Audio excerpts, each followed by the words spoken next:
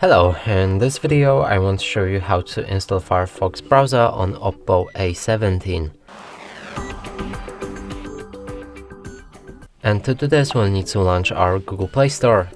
Here try to find Firefox on top in the search pool.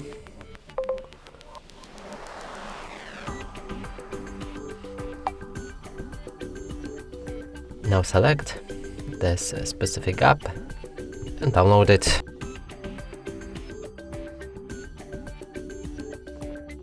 After installation process is complete, you should be able to launch it. Here you can customize the browser by changing the theme, picking a toolbar placement, sign in to turn on synchronization between other devices. Here you can also change the privacy settings and read the privacy notice. After everything is done, click on Start Browsing, and from here you can open any website.